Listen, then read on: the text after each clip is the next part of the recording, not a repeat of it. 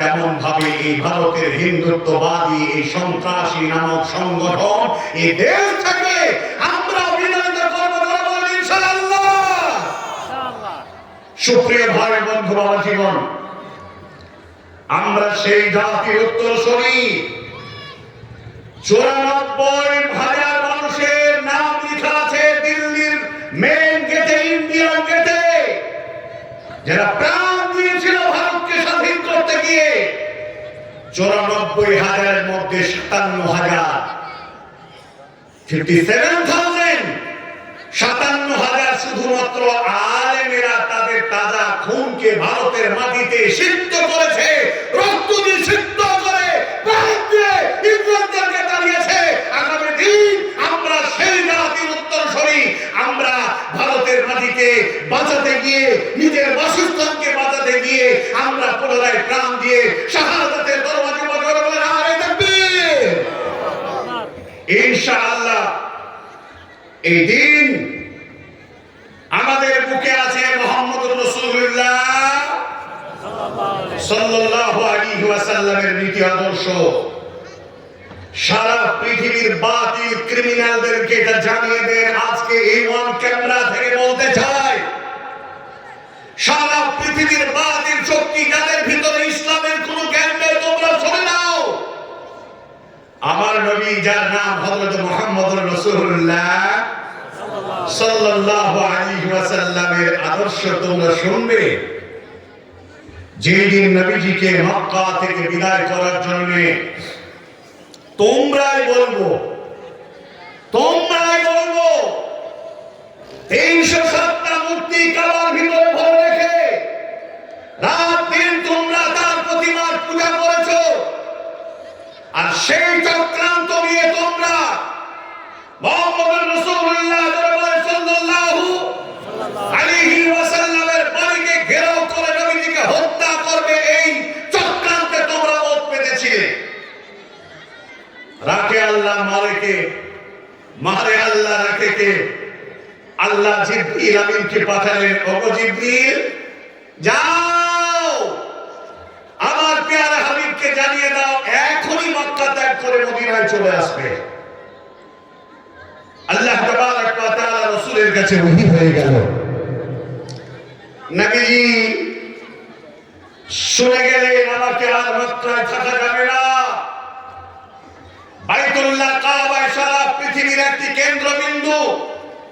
যে বাইতুল্লাহ কাবা আমার মতো অধম বছরে 4 বার 5 বার 3 বার যেয়ে থাকি, সারা পৃথিবীর মানুষ এখানে যায়, পরিক্রমা করে, তাওয়াফ করে, হজ করে, উমরা করে। সেই কাবার দিকে নবীজি চেয়ে আছেন, আর আল্লাহর হাবিব তিনি কান্না করছেন আর বলছেন, ও কাবা, আল্লাহর নির্দেশে কাফেরদের অত্যাচারে এখান থেকে আমাকে চলে যেতে হচ্ছে। যদি কোনদিন তোমার খেদমত করা বড় আমার শখ ছিল, আমাকে তোমার খেদমত করতে দিলে না নিষ্ঠুর আবু জাহাল, আবু লাহাব, উতবা, সাইবা, সৌমাবতীরা চলে গেল। যদি কোনদিন ফিরে আসি, দোহাত ভরে হৃদয় ভরে তোমার খেদমত করে যাব। আল্লাহ নবী বললেন কান্না করতে করতে হযরত আলীকে বললেন, আলী তুমি আমার বিছানায় শুয়ে যাও। হযরত আলী শুয়ে গেলেন। আল্লাহ নবী এক মুষ্ঠ বালি নিলেন, শাহাতের ওযু গুলে ফুঁক দিয়ে ছড়িয়ে দিলেন। আর এই বালিকণাগুলো প্রত্যেকটা কাফের বেদিন শয়তানদের চোখে গিয়ে পরশ আল্লাহর কুদরতের কাজ করেছিল। সুবহানাল্লাহ। নবী চলে গেলেন। আমি শুধুমাত্র আপনাকে একটু করে কথা বলে এগিয়ে যাবার পরে আমি আসলের দিকে ফিরে আসার চেষ্টা করছি। অধৈর্য হবেন না, উঠে যাবেন না। আমার জাতি হিতাহিত জ্ঞান হারিয়ে গেছে, আমার জাতি জাহান্নামের দিকে পা চলে গেছে। এই উম্মতে মুহাম্মদ সাল্লাল্লাহু আলাইহি ওয়াসাল্লামের উম্মতকে আমরা অরসাতুল আম্বিয়া হিসাবে বোঝাতে, দাওয়াত দিতে আমরা অক্ষম, আমরা পরাজিত লাভ করছি। আজকে আমি আপনার কাছে খোলা মঞ্চে এই কথা বলতে এসেছি, ভালো করে শুনে রাখেন। নবীজিকে তারা মদিনাতে গিয়েও শান্তিতে রাখতে দেয়নি। সব জানা কথা আমাদের, পরিকল্পিতভাবে বিশ্ব নবীকে বদরের প্রান্তরে যুদ্ধ করতে বাধ্য করা হয়েছিল। আল্লাহর নবী বদরের প্রান্তরে মসজিদে আলী যেখানে তৈরি হয়েছে সেই জায়গায় দুহাত তুলে তিনি ক্রন্দন করছেন, বলছেন আল্লাহ, বিপুল সংখ্যক কাফিরদের সঙ্গে এই 313 জন আল্লাহ তোমার মেহমান, তোমার সৈনিক নিয়ে আমি কি করব, তুমি আমাকে সাহায্য করো। হযরত আবু বকর বললেন, ইয়া রাসূলুল্লাহ, অধৈর্য হবেন না, আল্লাহ আমাদের সঙ্গে আছেন। ইন্নাল্লাহা মা'ানা, আল্লাহ সাহায্য অবশ্যই আসবে। তিন সুলতানুল সবার মধ্যে ছিলেন হযরত আবু বকর। বলিষ্ঠ কণ্ঠে আল্লাহ তাবারক ওয়া তাআলার উপরে তাদের কি বিশ্বাসের কনসেপ্ট ছিল। 313 জন লড়াই করে বিপুল সংখ্যক আল্লাহর মালায়েকা ফেরেশতারা নাযিল হয়ে এই বিপুল সংখ্যক কাফেরদের বিরুদ্ধে লড়াই করে বদর প্রান্তে মুসলমানরা জয়লাভ করেছে। বদর জিতেছি, বদরে বাধ্য করেছে নবীজিকে, ওহুদে বাধ্য করেছে নবীজিকে, খন্দকে বাধ্য করেছে নবীজিকে। হে আমার পাওয়ার জনসাধারণ, আজকে আপনার কাছে এই কথা বলতে এসেছি, সেই স্বল্প সংখ্যক মুসলিম মাইনরিটি লোকেরা বিপুল সংখ্যক ক্ষমতা, বিপুল সংখ্যক লোকেদের বিরুদ্ধে লড়াই করে সারা পৃথিবীতে ইসলামকে বিকাশ ঘটিয়েছে। যখন ইসলাম বিকাশ ঘটে গেল, আর তখন আমরা কাপুরুষের চরিত্র অবলম্বন করে ইসরায়েলের খাতায় নাম নিয়ে ভারত ছাড়ার প্ল্যান পরিকল্পনা নিয়েছি। এই বাতিল কাফেরের বাচ্চাদেরকে আপনি শুনিয়ে দেন নবীজি, আমরা উম্মাহ আমাদের নবীর আরেকটা চরিত্র তাদেরকে শুনিয়ে দেন। দীর্ঘ সময় থাকার পরে যখন মক্কা দখল করতে আসছেন, মক্কা যেদিন স্বাধীন করতে আসছেন নবীজি, দেখা গেল মক্কার যত কাফের ছিল তারা কচুর পাতার মতো, কলার পাতার মতো তারা দলা দিতে ছিল ভয়ে দলে। আল্লাহর নবী মক্কায় যখন প্রবেশ করে গেলেন, দেখা গেল মক্কার প্রত্যেকটা কাফেররা তারা বিজয়ের জমির মাটির তলা থেকে সরে, পায়ের তলা থেকে সরে গেল। আল্লাহ নবী বুঝতে পারলেন আজ এই মক্কার মাটিতে যত কাফের রয়েছে, একটা কাফের স্থির না, সবাই নবী মুহাম্মদ আসবে মক্কার মাটিতে পদার্পণ করবে, সবাইকে হত্যা করে মাটিতে পুঁতে ফেলবে। এই ভয়ে ডরে মক্কার কাফেররা তারা কচুর পাতার মতো দোলা দিতেছিল। নবীজি খোলা মঞ্চে সবাইকে গন্ডির সামনে নিয়ে নবীজি বলতে শুরু করলেন, ও আজকে যারা তোমরা তোমাদের মাটি পায়ের তলা থেকে যাদের মাটি সরে গেছে, যারা তোমরা কচুর পাতা, কলার পাতার মতো যারা ধোলা দিতে আছো, ভয় করতে আছো, শুনে রাখো, আমার বাবার নাম আব্দুল, আমার মায়ের নাম আমিনা, আমার বাবা আখিরি পয়গম্বর হযরত মুহাম্মদুর রাসূলুল্লাহ যারা বলেন সাল্লাল্লাহু আলাইহি ওয়াসাল্লাম। আমি কোন মানুষকে পৃথিবীর মাটিতে আমি কোন হত্যা করতে আসি নাই। আমাকে আল্লাহ তাবারক ওয়া তাআলা তিনি বলেছেন বাশীর ওয়া নাযীরা, আমি শুধুমাত্র মানুষদেরকে জাহান্নামের ভয় থেকে ভয় দেখাতে এসেছি আর জান্নাতের সুসংবাদ দিতে এসেছি। মক্কার সীমালঙ্ঘনকারী কাফেরদের আমার উপর নির্যাতন করেছে, শুধু তাই নয়, ইসলামকে চিরদিনের মতো মাটির তলাতে মিশিয়ে দেওয়ার প্ল্যান পরিকল্পনা নিয়ে যারা তোমরা ছিলে, আমি মুহাম্মদুর রাসূলুল্লাহ যারা বলেন আকবার সাল্লাল্লাহু আলাইহি ওয়াসাল্লাম, মক্কায় এসে গেছি, তোমাদের আর কোনো ভয় নাই, আমি তোমাদেরকে ক্ষমা করে দিলাম। যারা বলেন সুবহানাল্লাহ, যারা বলেন সুবহানাল্লাহি ওয়া বিহামদিহি সুবহানাল্লাহিল আযীম। আল্লাহ তাবারক ওয়া তাআলা রাসূল বলেন, শুধু তাই নয়, আমার চাচা আবু সুফিয়ানের বাড়িতে যারা তোমরা আশ্রয় নিয়েছো, আমি তাদেরকে পর্যন্ত ক্ষমা করে দিলাম। যারা বলেন সুবহানাল্লাহ। ও সারা বিশ্বের বাতিল সন্ত্রাসীর দলেরা, তোমরা শুনে নাও, তোমাদের তো কোনো ধর্ম নাই, কোনো দিন নাই, একজন সন্ত্রাসীর কোন ধর্ম কোনদিন হতে পারে না। তোমরা ভারতের মানের মুসলমানদেরকে যে তিনটাসের খেলা তোমরা শুরু করেছ, আমাদের ভিতরে ঈমানি জাতবার জ্ঞান ভরা আছে, আমরা এটা ভালো করে জানি, ভালো করে বুঝি। মুসলমান এবং ইসলামকে তোমরা ঘৃণা করছো, শুধু তাই নয়, তোমাদের পূর্বেও যারা ছিল তারা নবীর উপরে, হযরত মুসা আলাইহিস সালামের উপরে, হযরত ঈসা আলাইহিস সালামের উপরে, হযরত ইব্রাহিম আলাইহিস সালামের উপরে, আখিরি পয়গম্বর হযরত মুহাম্মদুর রাসূলুল্লাহ সাল্লাল্লাহু আলাইহি ওয়াসাল্লামের উপরে তোমাদের মতো চরিত্র অবলম্বন করা লোকেরাও এইরকম মানে তারা চরিত্র অবলম্বন করেছিল।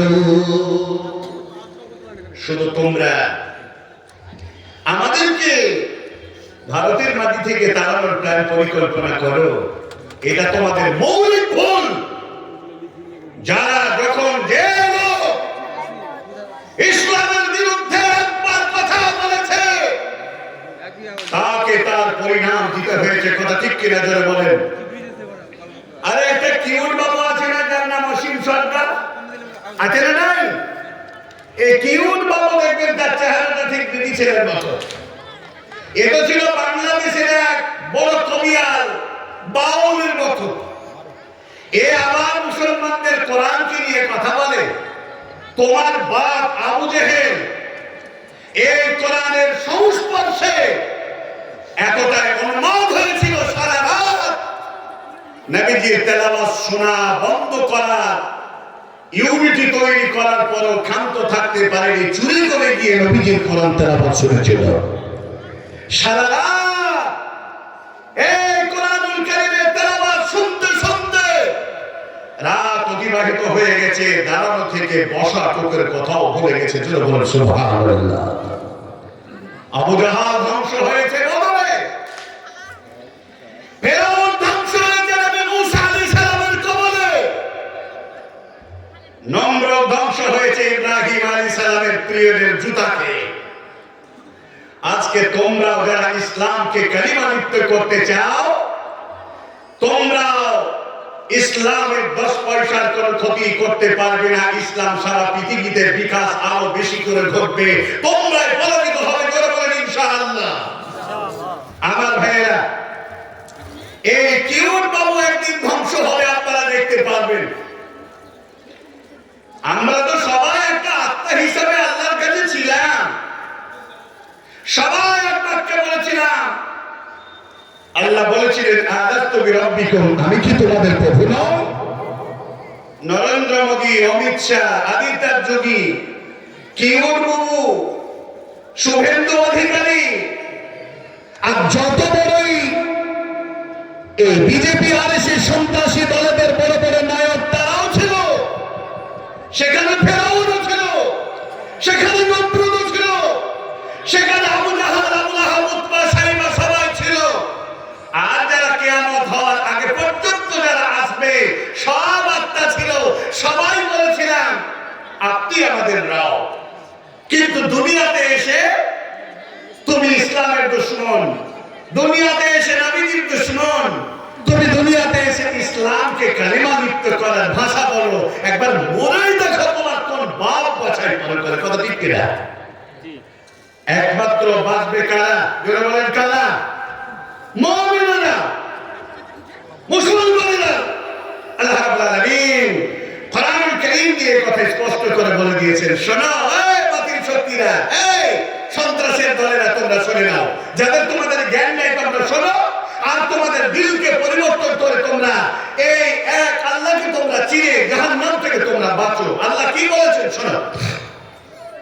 বিসমিল্লাহির রহমানির রহিম। ওয়া মান ইয়াতাওয়াল্লাল্লাহু ওয়া রাসূলুহু ওয়াল্লাযীনা আমানু ফাইন্না হিজবাল্লাহি হুমুল গালিবুন। আল্লাহ তাবারক ওয়া তাআলা বলেন, যারা আল্লাহর সঙ্গে বন্ধুত্ব বানালো, যারা রাসূলের সঙ্গে বন্ধুত্ব বানালো, যারা যারা বন্ধুত্ব বানালাম এই লোকেরা হলো হিজবুল্লাহ, আল্লাহর দল। এরাই জয়ী হবে পৃথিবীতে, এরা ছাড়া আর কেউ জয়লাভ করবে না। মুসলমানরা যে কাজে হককে প্রতিষ্ঠিত করার জন্য যারা লড়াই করবে, পথে নামবে, আওয়াজ তুলবে, এই সিয়াসি আওয়াজ যদি হকের জন্য হয়, এই দলকে আল্লাহ বিজয় করবেন, এ কথা আল্লাহ কোরআনুল কারীমের মধ্যে বলেছেন। অতএব আমি আপনার কাছে বলতে চাই, হে আমার শান্তিপুর মাগুরা যত অত্র এলাকা থেকে আগত আজকের আপামর জনসাধারণ, সম্মানিতা মা বোনেরা, ভাই বন্ধুরা, আজকে আপনার কাছে খোলা মঞ্চে এ কথা বলতে চাই, ইসলামকে নিয়ে বেশি বাড়াবাড়ি করো না, মুসলমানদেরকে তোমরা বেশি কষ্ট দিতে চেও না।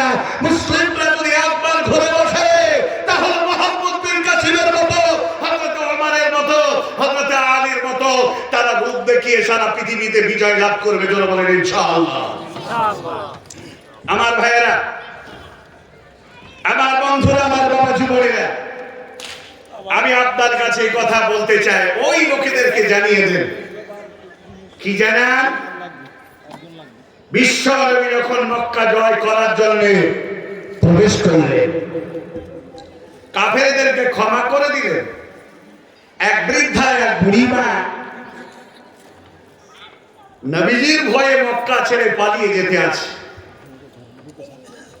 অনেকগুলো মাল সামান নিজে রাস্তাবর আবাস স্থল থেকে ত্যাগ করে পালিয়ে যাচ্ছে। আসসালামু আলাইকুম। শাইখের কোরআন হাদিসের আলোকে যুক্তি সহকারে সুন্দর আওয়াজ আপনাদের বুঝাচ্ছেন, বসে আছেন, ভালো লাগছে। আল্লাহ আপনাদের তৌফিক দান করে, জান্নাতুল ফেরদাউস ইসলামে। তবে একটা ছোট্ট আমার অনুরোধ আপনাদের কাছে, যে এই শাইখ শুধু দমকা মুর্শিদাবাদ লেখা আছে, আমি বলি কলকাতা। উনি একজন খালেস নির্ভেজাল মুসাফির, আলেম বা আমাল আল্লাহ ভালো জানেন। মুসাফিরের দোয়া কবুল হয়। আমি শেষের সময় আপনাদের কাছে দিনের অনুরোধ একটাই, যে আমরা পুরুষ মহিলা করে এখানে যতজন জালসা শুনতে এসেছি, দিয়েছি, দিব, এনার হাতে আপনারা যে যা পারেন দিবেন, আর এটা আগে করে অন্তরে নেবেন।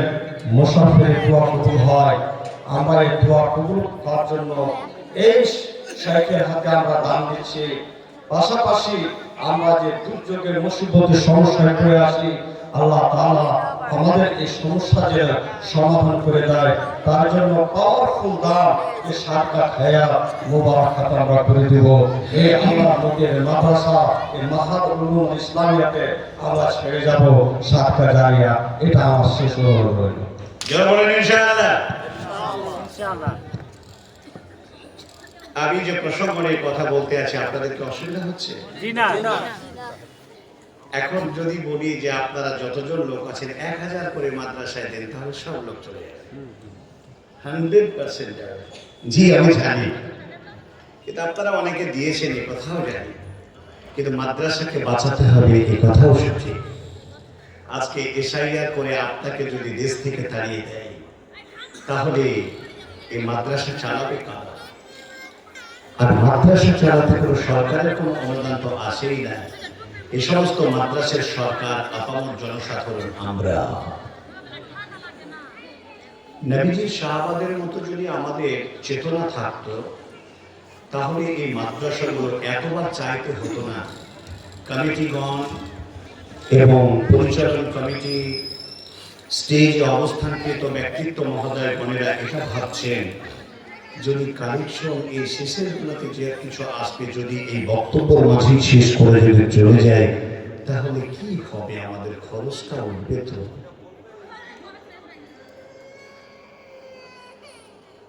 হযরত আব্দুর রহমান বিন আউফ রাদিয়াল্লাহু তাআলা আনহু নবীজি এক কথায় 22.5 কিলো স্বর্ণ শুধু দান করেছিলেন একবার। চাওতে জন্য বলবেন সুবহানাল্লাহ।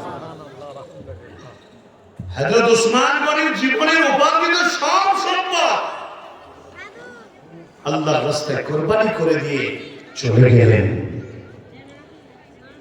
মহানবী সাল্লাল্লাহু আলাইহি ওয়াসাল্লামের একজন সাহাবী সকাল বেলাকার জামা সন্ধ্যা বেলায় পরিধান করতেন না। জীবনে এত বিলাসিতার জীবন আল্লাহ তাআলা দিয়েছিলেন, আর সমস্ত মালকে আল্লাহর রাস্তায় কোরবানি করে দেওয়ার পর পৃথিবীর দ্বিতীয় যুদ্ধ, যেটার নাম ছিল উহুদ, এই উহুদে তিনি প্রাণ দিলেন। প্রাণ দেওয়ার পরে তিনার শেষ কাফনটুকু যখন সামনের দিকে ঢাকতে যায়, পা উদাম হয়ে যায়, পায়ের দিকে যখন ঢাকতে যায় তখন মাথার দিক উদাম হয়ে যায়। যেন বলা যাবে না সুবহানাল্লাহ। এই ঢাকার মতো পয়সাটুকু শেষ পর্যন্ত সবটুকু দিয়ে গেলেন। বিশ্বনবী বললেন, ইজখির ঘাস তুলে নিয়ে এসো, ওর পায়ের দিকে এটা ঢেকে দিয়ে তাকে দাফন করে দাও। জোরে বলুন সুবহানাল্লাহ, সুবহানাল্লাহি ওয়া বিহামদিহি, সুবহানাল্লাহিল আযীম।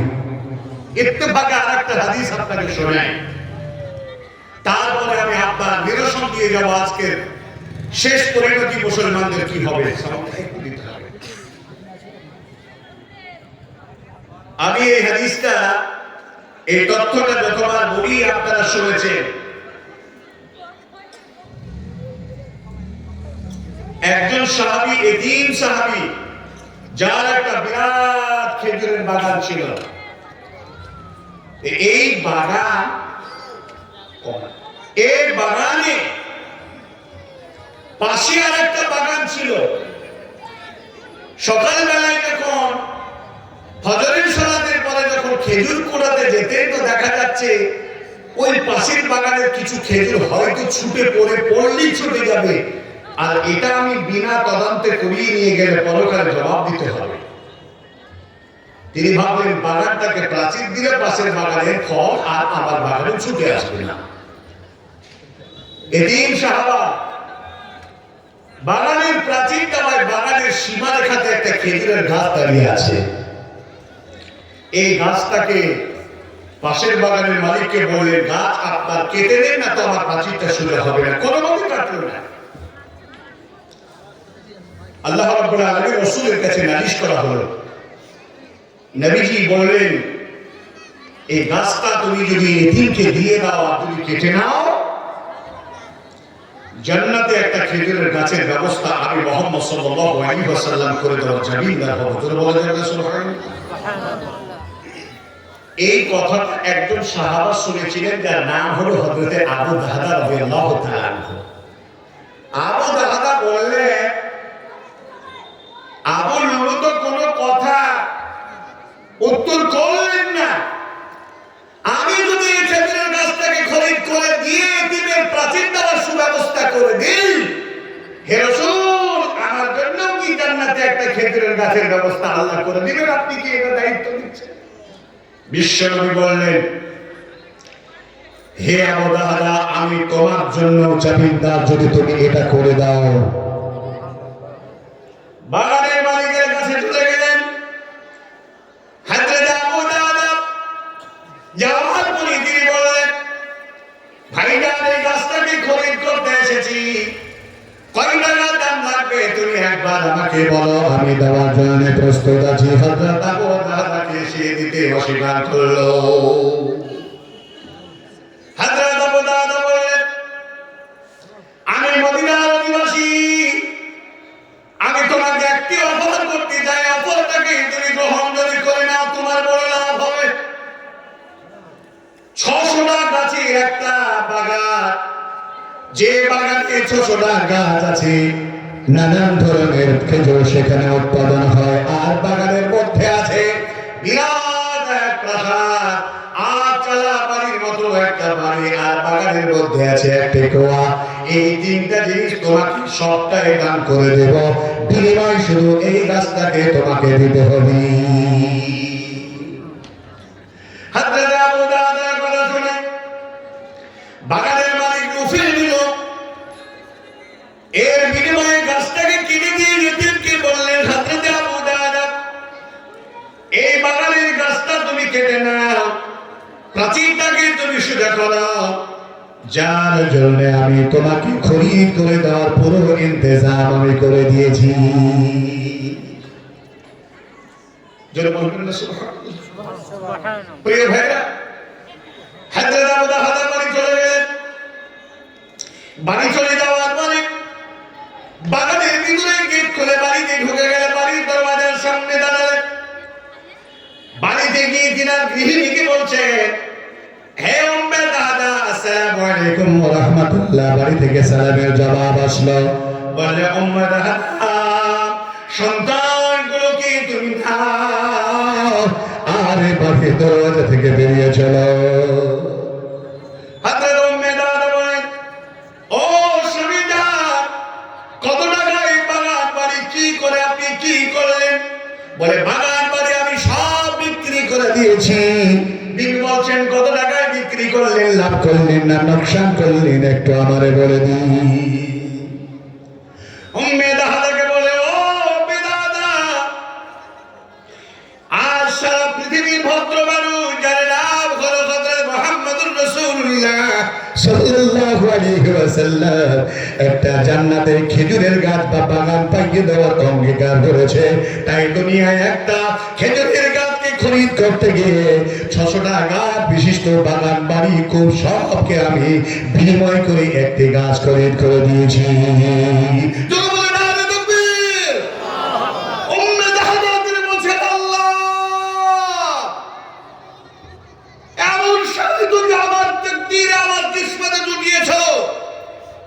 একাই জান্নাতে যেতে চায় তা নয়, তামাম পরিবারের সন্তান স্ত্রীকে নিয়ে জান্নাতের মেহমান হিসাবে একটা গাছকে খরিদ করার বিনিময়ে সবকে দান করে দিয়ে বেরিয়ে যাচ্ছে। আল্লাহ, আমি বড় সৌভাগ্যশীল একজন রমণী।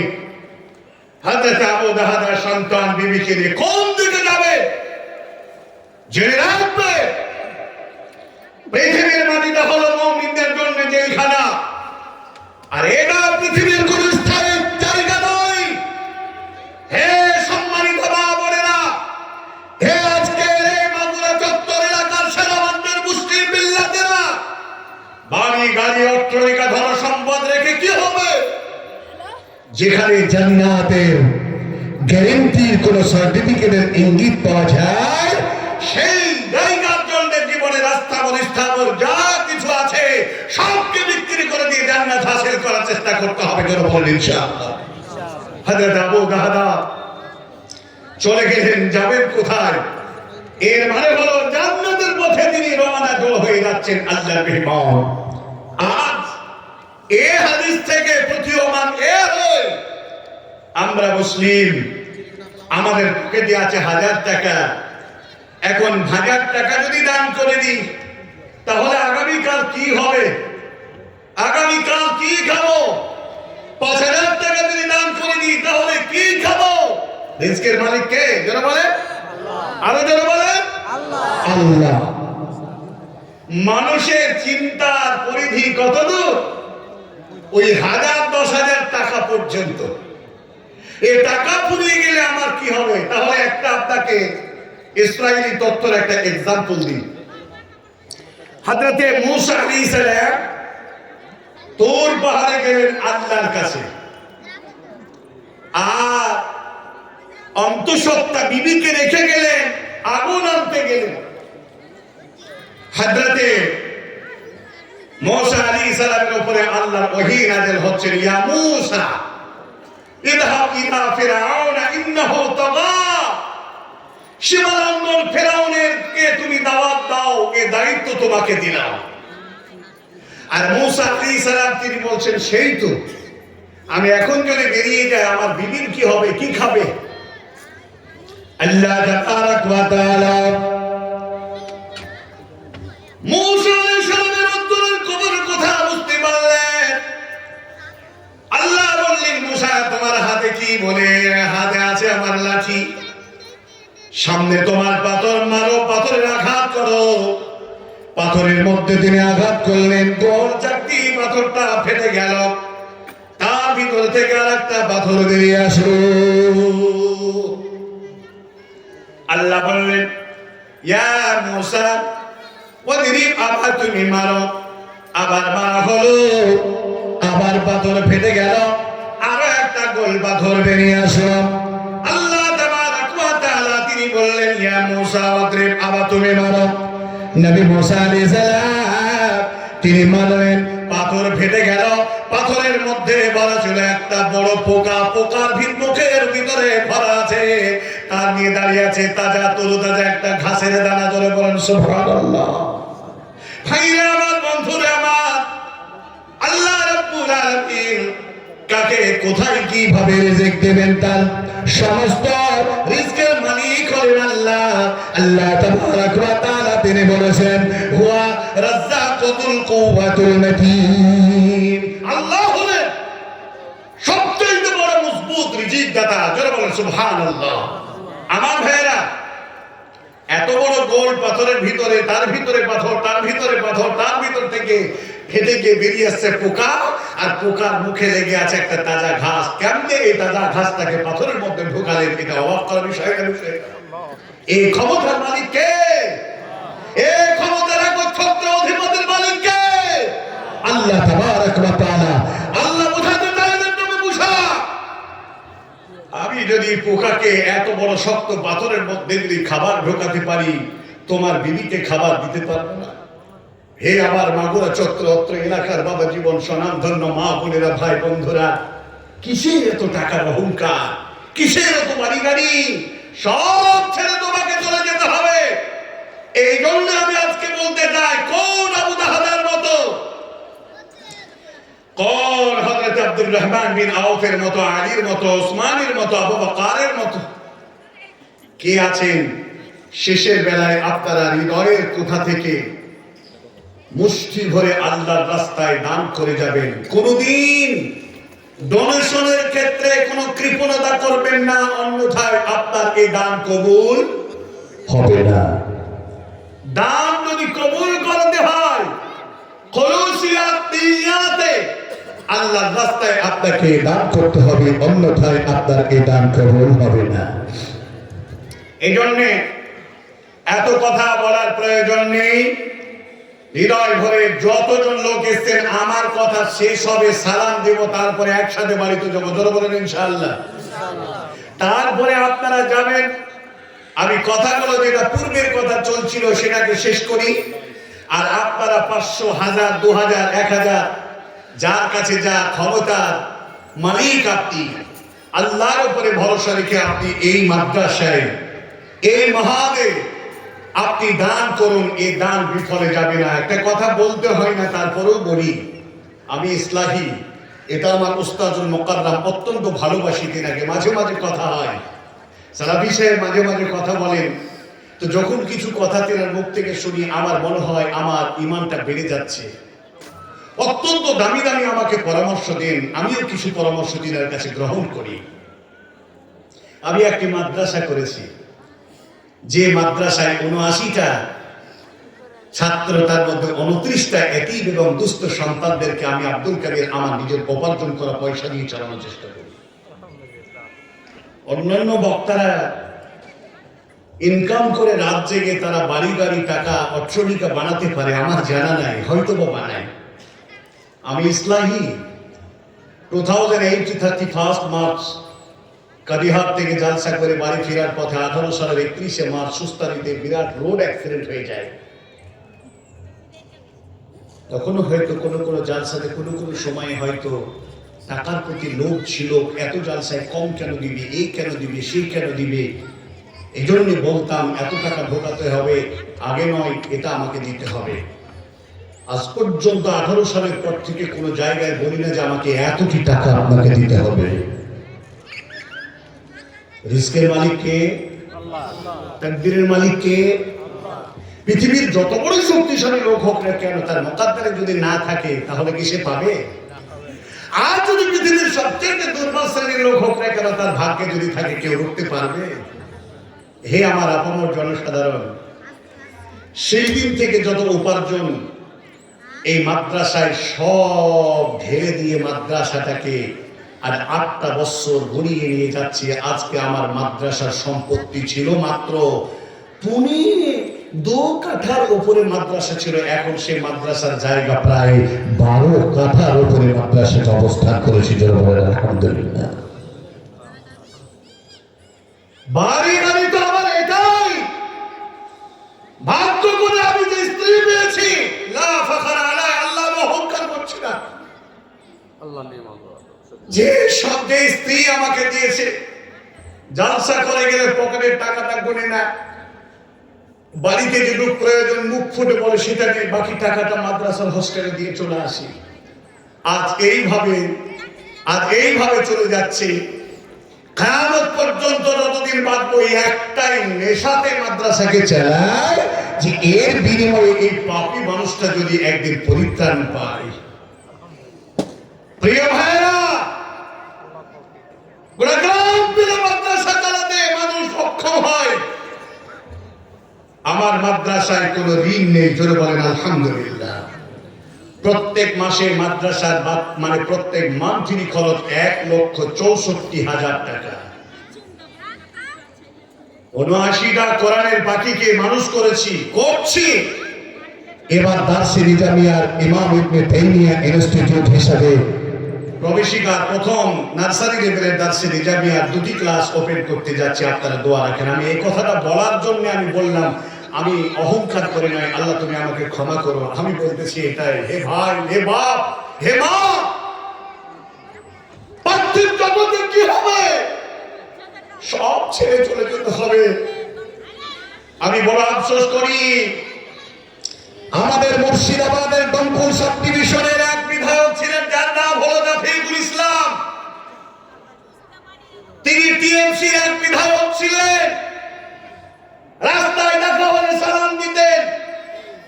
আর সেই জাফিকুল ইসলামের এত সম্পত্তি, গোটা দমকলে যেদিকে তাকায় সেদিকেই তার সম্পদ। কথা বল, এত সম্পদ ওই লোকটির ছাড়া আর দমকলে এখন আর কারো নাই। সেই মানুষটা চিরনিদ্রায় ঘুমিয়ে গেলেন, একটা দানাও নিয়ে যেতে পারলেন না। যারা বলবেন না সুবহানাল্লাহ। এমন দৃষ্টান্ত কত নেবেন আপনি, আপনারও জানা আছে। এই মাহফিল থেকে আপনি উঠে যাবেন,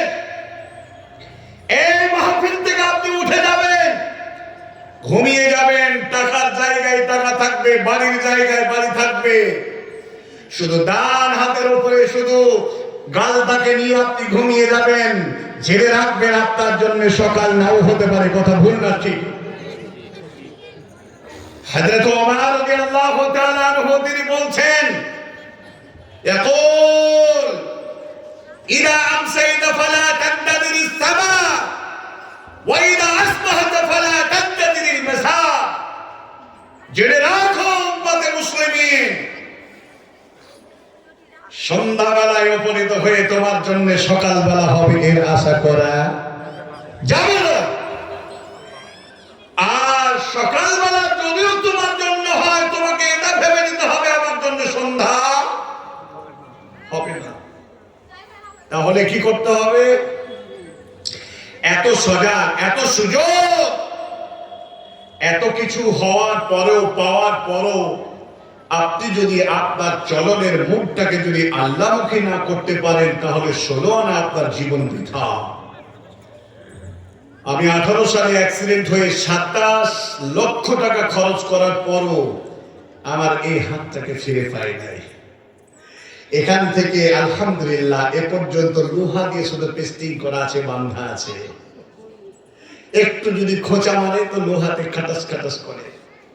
হাতটা যখন শুয়ে যায়, পড়ে যায়, যখন এই শিরাটা মুচড়ে যায়, ঝরঝর করে চোখ দিয়ে পানি পড়ে। জীবনে শান্তি বলতে কিছু নেই।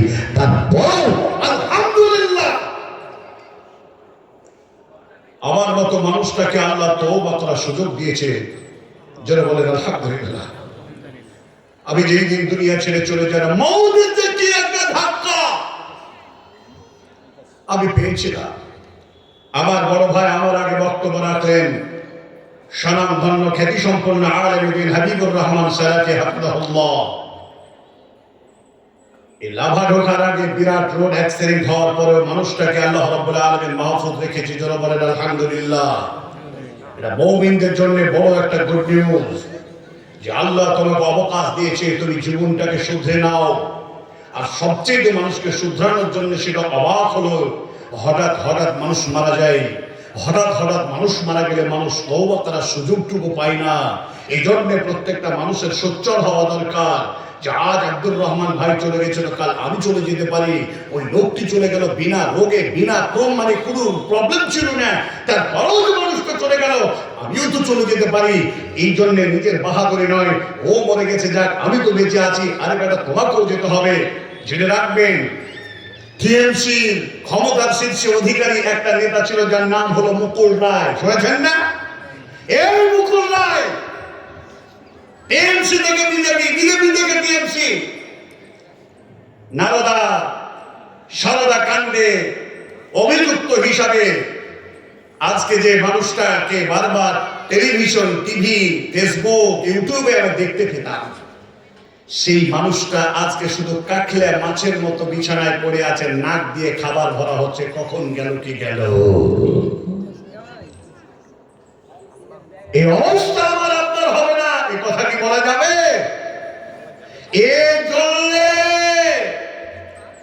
একটা কথা বলে যায়, উঠে যাবেন না আমার বক্তব্য শেষ করার পর, আপনি উঠে যাবেন। জননী, মা, বোন, ভাই, বন্ধু, সবার জন্য একটা কথা, একলা জীবন একলা মরণ, একলা থাকতে কিসের ভয়, এ দুনিয়া মানুষ বলা কেউ তো কারো নয় গো, এ দুনিয়া মানুষ বলা কেউ তো কারো নয়। একলা জীবন একলা মরণ, একলা থাকতে কিসের ভয়, এ দুনিয়া মানুষ বলি কেউ তো কারো নয় গো, এ দুনিয়া মানুষ বলি কেউ তো কারো নয়। শান্ত ছাড়া কেউ চলে না, মনের ব্যথা কেউ বোঝে না, কারো দুঃখ দেখলে আবার করে দুঃখীর অভিনয়, এ দুনিয়ার মানুষ বলি কেউ তো কারো নয় গো, এ দুনিয়ার মানুষ বলি কেউ তো কারো নয়। যে বুঝবে তোমার মনের কথা, মুছে দিবে সকল ব্যথা, সেই আল্লাহর কাছে বলো কথা, সেই আল্লাহর কাছে বলো কথা, থাকবে না আর কোনো ভয়, এ দুনিয়ার মানুষ বলি কেউ তো কারো নয় গো, এ দুনিয়ার মানুষ বলি কেউ তো কারো নয়। বলবেন না সুবহানাল্লাহ? তাহলে এখন আমি আপনার কাছে বলতে চাই, 10টা ব্যক্তি আছেন, একটা করে 1000 টাকা দিতে পারবেন? একসঙ্গে যাবো, চাচারা উঠে যাচ্ছেন, বুঝতে পারছি না, হয়তো এড়ে গেছেন, চলে যাবো। একটা করে 1000 টাকা আমাদের মধ্যে, নারী পুরুষ সবার মধ্যে 10 জন ব্যক্তি, পারা যাবে? 1000 টাকা অলরেডি সবাই দিয়ে ফেলেছে। আপনাদের সেক্রেটারি, সভাপতি, কেশিয়ার বা আরো কিছু কেউ আছেন, সবাই দিয়ে দিয়েছেন। সেক্রেটারি সাহেব বা কেশিয়ার সাহেবরা দিয়ে দিয়েছেন। আচ্ছা, তো আপনাদের মধ্যেও যদি কেউ 10,000 টাকাও যদি দেন, একজন দিন, আমি বক্তব্য গোটাবো। আমার কিছু টপিকের শেষ অংশ আছে, এখনো শেষ হয় নাই, যেটা আপনাদেরকে কিছু মেসেজ দেওয়ার আছে। আসেন, আপনাদের কমিটির মধ্যে কেউ আছেন 10,000 টাকা দিবেন? জি, দুজনে মিলে দিবেন 5-5 করে। আর যদি না হয় 1000 করে 10 জন ব্যক্তি দেবেন। আলহামদুলিল্লাহ, কি নাম? বেরামি, মাশাআল্লাহ, হবে ইনশাআল্লাহ। এই ভাইয়ের জুড়ি আর কেউ হবেন? মা, লক্ষ্মীর ভান্ডার বন্ধ হয়ে গেছে নাকি? আশা করা যে এখনো আছে, তো দেন না 1 মাসের বেতন। হ্যাঁ, মাশাআল্লাহ। ও মাশাআল্লাহ, আপনার শাশুড়ি 500 টাকা, আর এক বন্ধু 500 টাকা মিলে 1000, দুজনে শিখেন, মাশাআল্লাহ। কি নাম সেক্রেটারিটা? কি মাশাআল্লাহ। আল্লাহর ওয়াস্তে জাহান্নামকে দূর করে দিয়ে জান্নাতকে কাছে টানতে 2000 টাকা দান করলেন। টোটাল 4 জন ব্যক্তি হলো 4000 টাকা হলো। জোরে বলেন আলহামদুলিল্লাহ, মাশাআল্লাহ। আসেন না, একটু দেন, আমরা কষ্ট করে হলো দিব, এটাই আখিরাতে জবাব। একদম ইখলাসের সাথে চাইছি। এই দান পরকালে জমা হবে, দিয়ে যান, একটু দিয়ে যান। এরপরে আমি আপনাকে মেসেজটা জানাবো, তারপরে বিদায় নেবো ইনশাআল্লাহ। আমাদের করণীয়টা কি এটা বলবো ইনশাআল্লাহ। আছেন কেউ আছেন? 4000 টাকা এসেছে। জি, আমি 10,000 টাকা হবে, তারপরে ইনশাআল্লাহ তাআলা আমি শেষ মেসেজটা দিয়ে বিদায় নেব। আসেন একটু, বহুদূর আমার বাড়ি, প্রায় 200 কিলোমিটার পথ আমাকে পাড়ি দিতে হবে। কালকে আমাকে বিশ্বঘাতী এসআইআরের এই নোটিশ আমাকে ধরিয়েছে, আমাকেও যেতে হবে,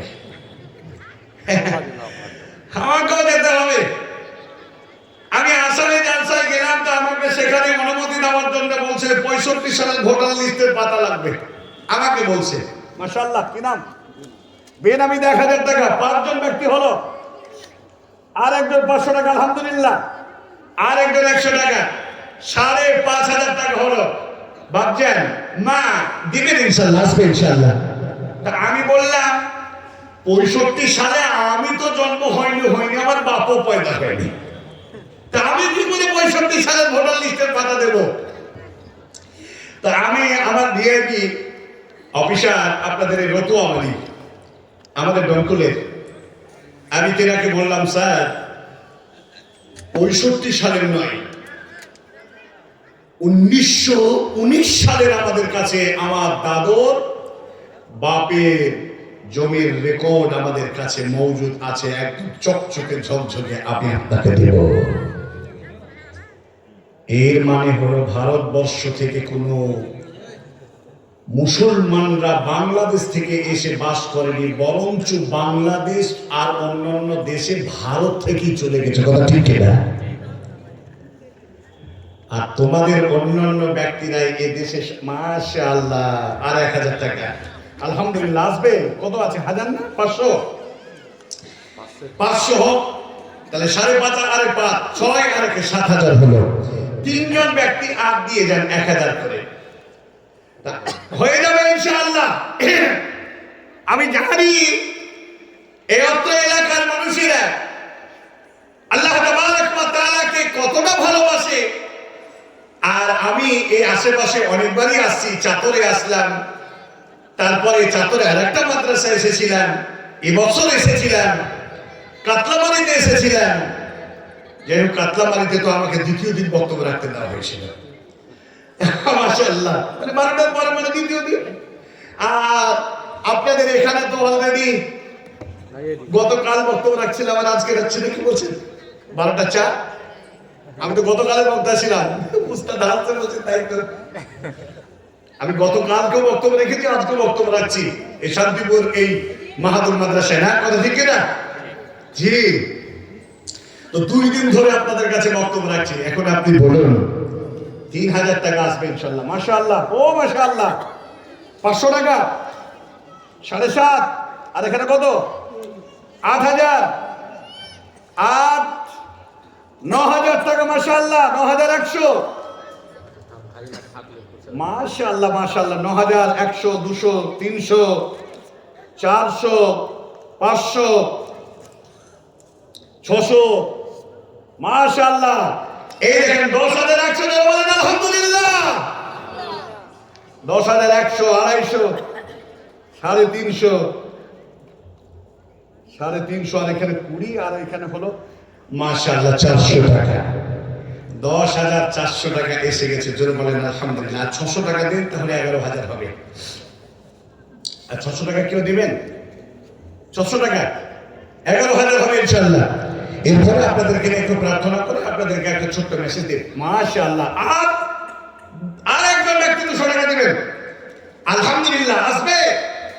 আমি জানি এই মাদ্রাসার এত উন্নতি হওয়ার পিছনে একটাই কারণ, এই দিলদার, ইমানদার, বড় মনের মানুষেরা এই মাদ্রাসার কাছে আসে।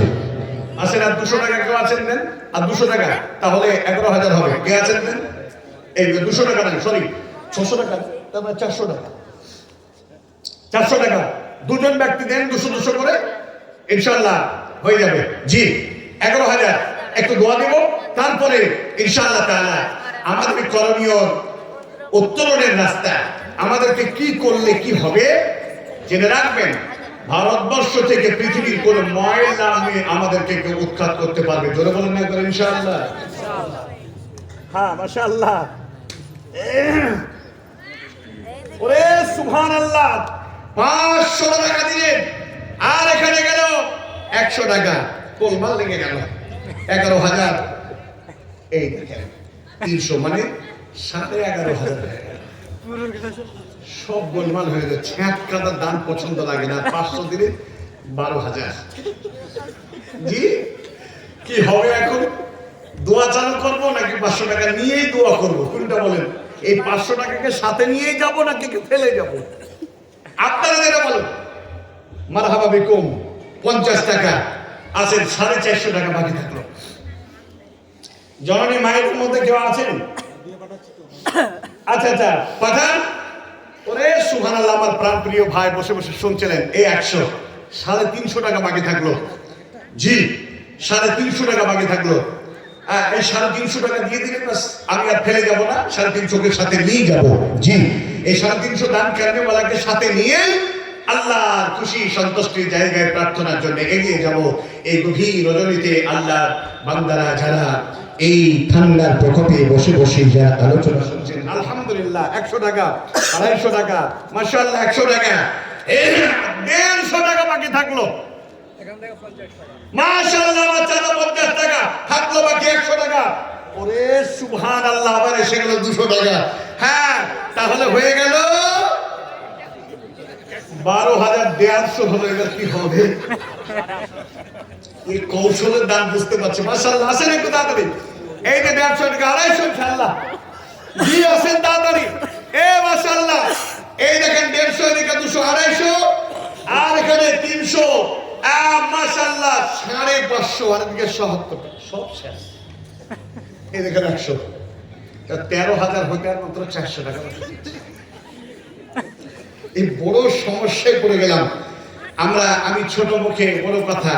মাশাআল্লাহ 400 মানে আলহামদুলিল্লাহ, মাবরুক, আলহামদুলিল্লাহ। আল্লাহ তোমাকে তৌফিক ইনায়াত করুক, তোমাকে দান করার আর বেশি দান করুক, করার তৌফিক আল্লাহ দান করুক। তারা 100 আলহামদুলিল্লাহ সুবহানাল্লাহ আলহামদুলিল্লাহ এসে গেছে 13,000 টাকা, তারপর 40 টাকা বেশি। লিল্লাহি তাকবীর।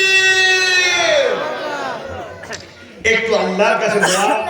আর এখানে এলো 20 মানে 60 টাকা, 13,060 টাকা হলো। সকলেই একটু দোয়া করি।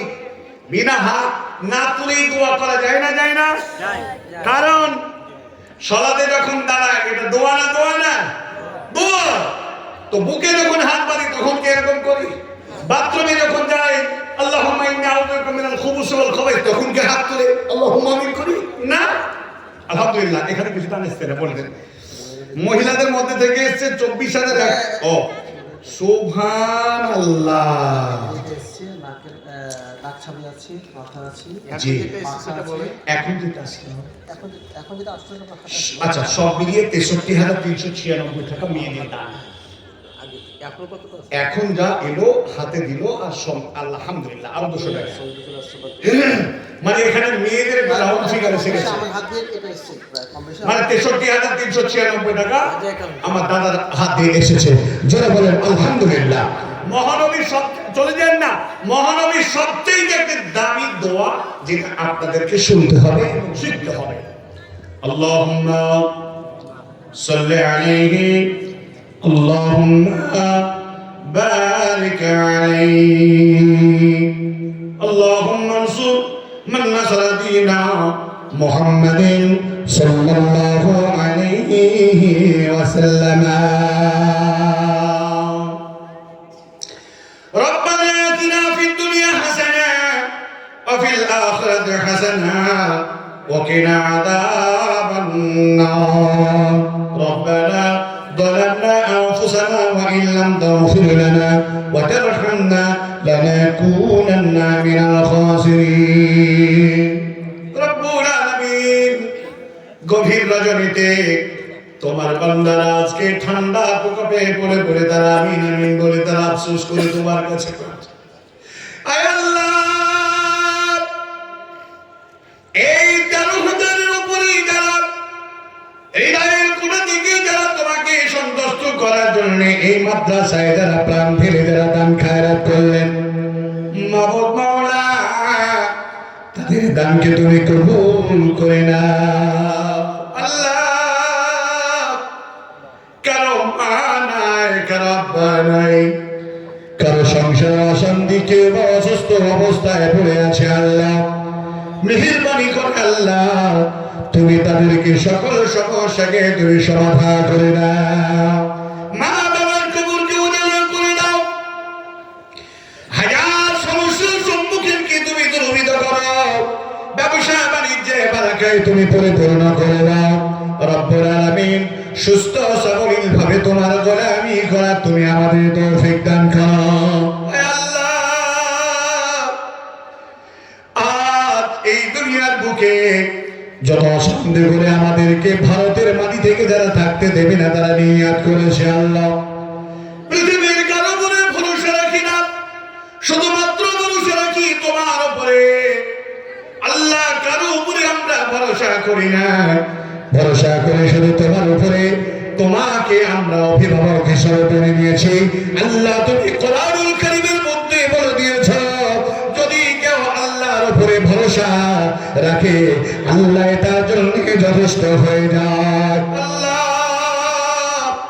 ভারতের মাটিতে আমরা কাউকে অভিভাবক হিসেবে মানি না, একমাত্র অভিভাবক আল্লাহ। আপনি আমাদেরকে রক্ষা করেন জোরে বলেন আমিন।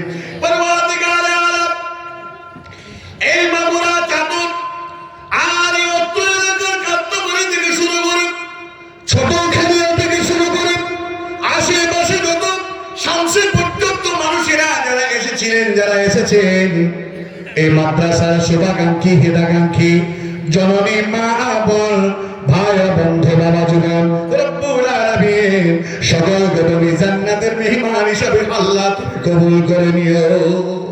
কবরের আযাব থেকে মুক্তির ব্যবস্থা করে দিও আল্লাহ। এই দান দিয়ে যারা যে যার নিয়াত দিয়ে দান করেছে এই নিয়াতকে অবশ্যই আল্লাহ তুমি কবুল করে নিও, পূরণ করে নিও আল্লাহ। আমি আব্দুল কাদের ইসলাম বহু কষ্ট করে একটি ভাঙ্গা মানুষ, হাজার শুকরিয়া শুকরান মিনাল কাল, অন্তর থেকে তোমার শুকরিয়া আদায় করি আল্লাহ। আল্লাহ আমাকে এবং সুদাকে উভয়কে কোরআনের হাদিসের উপরে যথাযথভাবে আমল করার তুমি তৌফিক দান করো।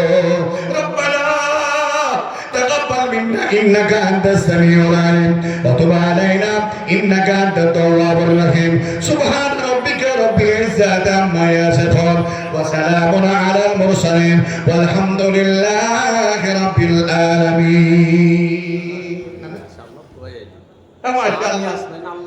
আলহামদুলিল্লাহ দাদা বলে 5000 চলেছে।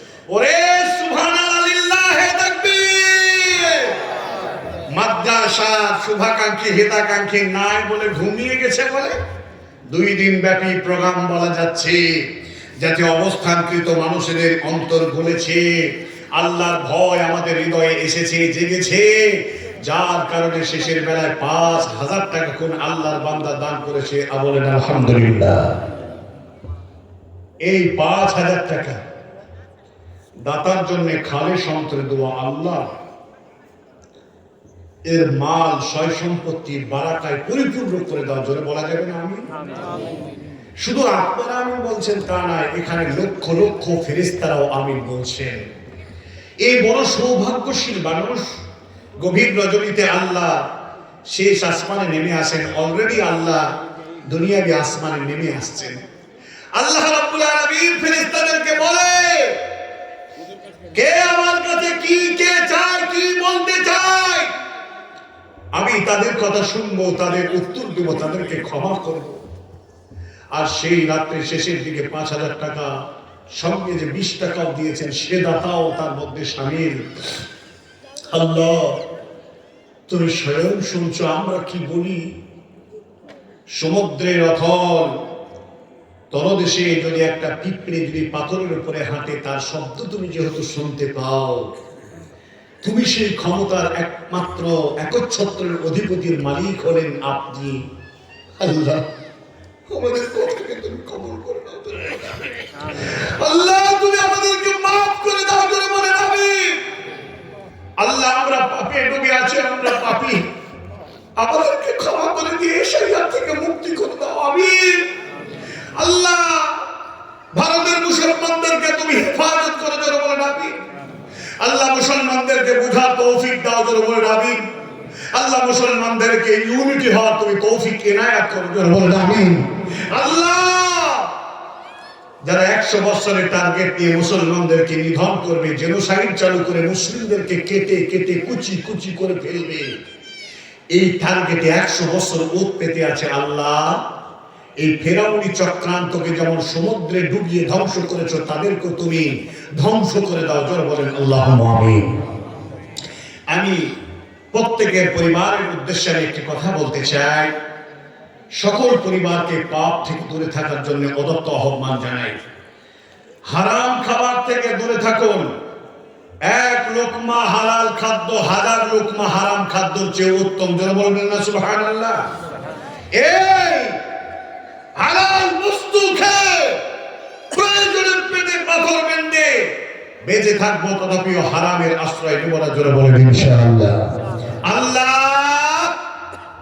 এই মাহমুদুল মাদ্রাসাকে আমাদের সেই হালাল পয়সা দিয়ে রাত দিন কোরআন ও হাদিসের দাওয়াতের খেদমতের আঞ্জাম দেনওয়ালা আলেমদের খেদমত, এখান থেকে আলেম তৈরি হওয়ার কারখানাকে তুমি ত্বরান্বিত করো, উন্নতি শিখরে পৌঁছে দাও জোরে বলেন আল্লাহুম্মা আমিন। আল্লাহ আমরা বাংলাদেশ থেকে আসিনি, আল্লাহ কোথা থেকে এসেছি তুমি জানো। আমরা মায়ের গর্ভে থেকে জন্ম নিলাম। জননী আমার এই দেশের মাতৃভূমিতে জননীয় জন্মগ্রহণ করেছে। জননীর জননী মা সেও জন্মগ্রহণ করেছে। আর জন্মদাতা ক্রিয়েটার পিতাও হলো এই মাটির জন্ম। আল্লাহ 57,000 আলেম শুধু নয়, লাখো লাখো মানুষ মুসলমানরা প্রাণ দিয়ে ভারতটাকে স্বাধীন করেছিল। রব্বুল আলামিন যদি আগে আমরা জানতাম এই ধরনের লোকেরা একদিন ক্ষমতায় এসে আমাদের মতো মানুষগুলোকে অপমান করবে, তাড়িয়ে দেবে, এই লোকেদেরকে আমরা ওই নিয়াতের কৌশলে কোনোদিন এই ভারতে স্থান দিতাম না।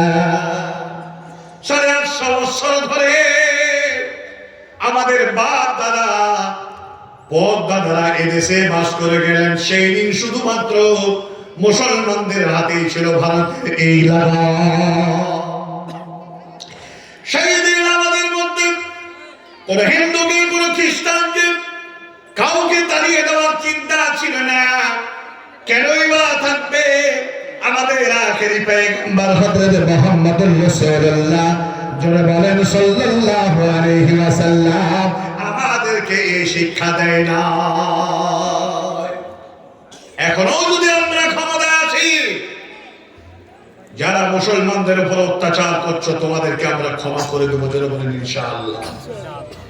আর যদি বেশি তোমরা ধৃষ্টতা করো, আল্লাহর গজবে তোমরা পুড়ে মরবে, ধ্বংস হবে। হে মুসলমান, যারা এই সন্ত্রাসীদেরকে মদদ যোগাও, তোমরাও তাদের পাপে পুড়ে মরবে। নিরীহ মুসলমান, তারা যদি সাময়িকের জন্য দুনিয়া ছাড়ে তো তার জন্য সৌভাগ্যের জান্নাত তারা অর্জন করবে জোরে বলেন ইনশাআল্লাহ। প্রত্যেকটা বাড়িতে বলতে চায়, তরুণ যুবতী মেয়েগুলোকে আপনারা কন্ট্রোল করুন, আপনার স্ত্রীকে আপনি কন্ট্রোল করুন, তরুণ যুবক সন্তানগুলোকে ওই বাতিল কাফেরদের সাদৃশ্য চরিত্র অবলম্বন করা থেকে বাধা দেন। মহানবী জনাবে রাসূল আকরাম যারা বলেন সাল্লাল্লাহু আলাইহি ওয়াসাল্লাম তিনি বলে দিয়েছেন, মান তাসাব্বাহা বিকওমিন ফাহুয়া মিনহু। আল্লাহর নবী বলেছেন, যে যে যার অনুকরণ করবে সে তার দলভুক্ত হবে। জোরে বলবেন না সুবহানাল্লাহ। আল্লাহ রাসূল বলেছেন, ফালাইসা মিন্নি, তারা আমার অন্তর্ভুক্ত নয়, আমার দলের মধ্যে নয়। আমরা যেন রাসূলের দেওয়া এডুকেশন, সাহাবীদের নীতি আদর্শের মধ্যে দিয়ে যেন আমরা বিচারণ করতে পারি। আল্লাহ তুমি সে তৌফিক এনায়েত করো। আর কতক্ষণ শেষ করেই নাকি বলছেন আপনারা?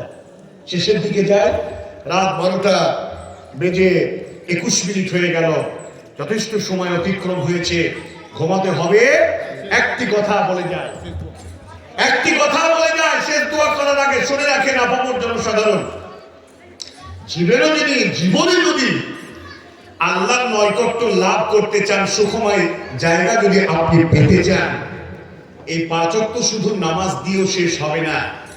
আপনাকে গভীর রজনীতে উঠে আপনাকে তাহাজ্জুদের সালাত আদায় করতে হবে, নফল নামাজ আদায় করে আপনাকে চোখের পানি যায় নামাজে ঝরঝর করে ফেলতে হবে, তবেই আল্লাহর কাছে অতি নিকটে হওয়া যাবে। যারা বলেন ইনশাআল্লাহ করব।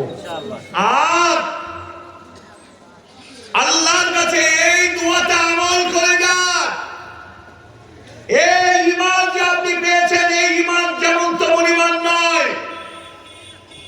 দুর্ভাগ্য লোকেরা ঈমান পায়নি, হেদায়েতের আলো পায়নি। আপনার দৃষ্টিভঙ্গিতে আপনার নবীজির কথা অনুযায়ী যারা অমুসলিম তারা জাহান্নামে যাবে। কেন? তারা শুধু হেদায়েত লাভ করেনি তার জন্য।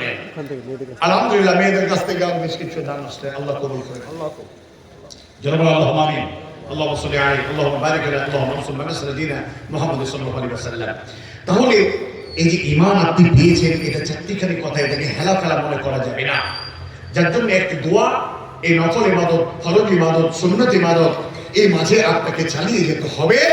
সেটা হলো ইয়া মুকাল্লিবাল কুলুব সাব্বিত কলবি আলা দীনিক। যারা বলেন ইয়া মুকাল্লিবাল কুলুব সাব্বিত কলবি আলা দীনিক, এর অর্থ হলো হে কলবের মালিক আল্লাহ, তুমি আমার হৃদয়ে যে ঈমানের হেদায়েতের নূর যেটা জাগিয়েছো, এটা কেড়ে দিও না, মানে আমাকে বেঈমান করে দিও না, আমাকে তুমি হেদায়েতের উপরে অবিচল থাকার তৌফিক দান করো। যারা বলেন আল্লাহুম্মা আমিন।